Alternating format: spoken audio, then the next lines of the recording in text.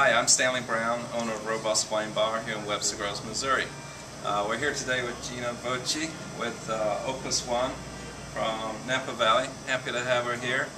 And she has brought her 2006 Opus One, and she's going to tell us a little bit about the history of Opus and a little bit about the blend on this one. Thank you. Thanks. Happy to be here. As a lot of people know, Opus One is a joint venture. The original founding partners were Robert Mondavi and Baron Philippe de Rothschild. People often ask about the label. If you want to know who's who, if you took this lovely little double profile, placed it on the Atlantic Ocean, you would have Robert Mondavi looking westward towards the New World, and you would have Baron Philippe looking towards France. Often people that think that Opus One was Robert's idea, but actually it was Baron Philippe's idea to do a joint venture in California.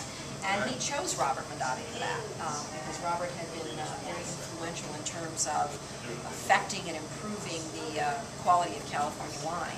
The idea behind Opus One was to produce a Bordeaux blend with using, hopefully, at some point, all 5 of the classic Bordeaux grapes. Sure. I say hopefully because the first vintage was 1979, and there really wasn't any Petit Verdot or Malbec growing in Napa Valley. Sure. So, I remember when it came out, there was such a big hoopla about it being released, and they were doing the By the Glass program and everything in a lot of else. places.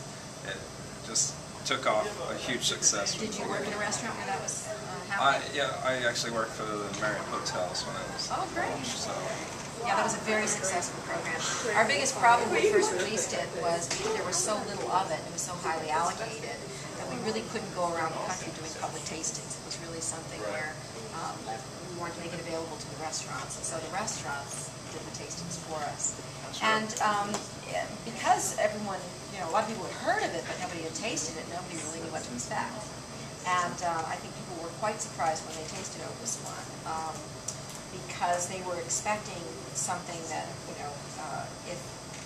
if bigger was better, then given the price of this wine when it was released, they expected it to be huge. And what actually we were trying to do was produce a wine that had gorgeous balance to it. A wine that could be very accessible and drinkable when it's young, but not classically ready to drink. In other words, it's something, again, focusing on what we want to do, which was create what would hopefully be a first-growth California wine someday, if there's ever such a thing as first-growth in California. Sure. And so it needed to be a wine, a distinctive wine that would also have tremendous ageability in the cellar. And it takes a lot of years to find out if that's going to happen.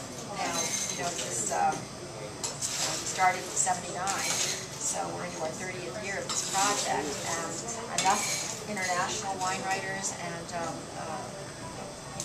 domestic wine writers have tasted Opus One to understand that it does age extremely well. So, what can you tell us about this 2006? The 06 was a wonderful year. I mentioned earlier the fruit was beautiful, and I mean literally physically stunning, but also beautiful from the perspective of balance, beautifully balanced fruit. In fact, this has the lowest percentage of Cabernet Sauvignon that we have ever used.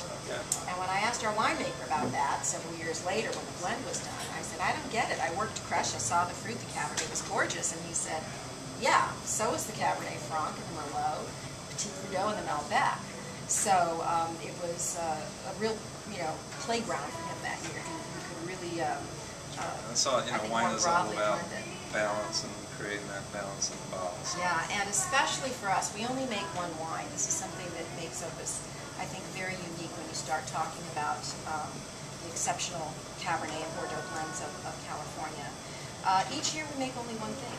Sure. That's it. Our winery exists to produce Opus One. And consequently, each year we approach it as if this is the only thing that we have going on, which it is. And our goal that year is to get the best, the absolute best expression from our vineyards that we can. So we're very selective in the fruit. We don't harvest everything. Once we harvest, and we harvest at night when it's nice and cold, we bring the fruit to the winery very fresh. When it arrives, we sort again and throw out anything that we think is not going to be perfect fruit. And then we destem mechanically and follow it up destemming by hand. The wine is then going to go to fermentation. Following that, we'll go to press, and we use only basket presses. We separate out the results of that. We have free run juice, we have first, second, third presses, and then we barrel age in New French oak each year. Blending generally takes place, of course, significantly well into the barrel aging, although we have started in recent years doing something that we call co-fermentation, Sure. which means, for How's that instance, going? very well. Yeah. Our winemaker, we don't do huge lots of it, but in particular, our winemaker likes to take the Petit Verdot, which has some very distinctive characteristics, which is why we use very small percentages of it. And he likes to blend some of the Petit Verdot with some of the Cabernet and co-ferment. And the more co-fermenting you do early on, the more integrated that fruit will be. Sure. At the end, when we do the blending, we never use everything. And that's important to understand. So after 2 years of It's a flagship making wine, so you only got to put the best into exactly. it. But then what's left over is very expensive leftover Sure. juice. So in recent years, we have taken to doing something that's kind of fun with that, and we put together a blend that's called Overture. Now, a few moments ago I said we only make one wine, we only exist to make one wine, and that's true. But at the end of the winemaking, what is left over, which is mostly third and fourth press wine, so it's a bit more astringent, a little rougher, is really good enough, wonderful enough, that it's shameful. It would be shameful to waste it. Well, you sound almost So- like a champagne house. A little bit, yeah. So we don't have to walk around with big bottles. Well, Gina, we appreciate you being here. And, My pleasure. Thanks for coming to St. Louis and showing us the current vintage. Stanley Brown signing out. I love life, I love wine, I'm thirsty for more. Cheers.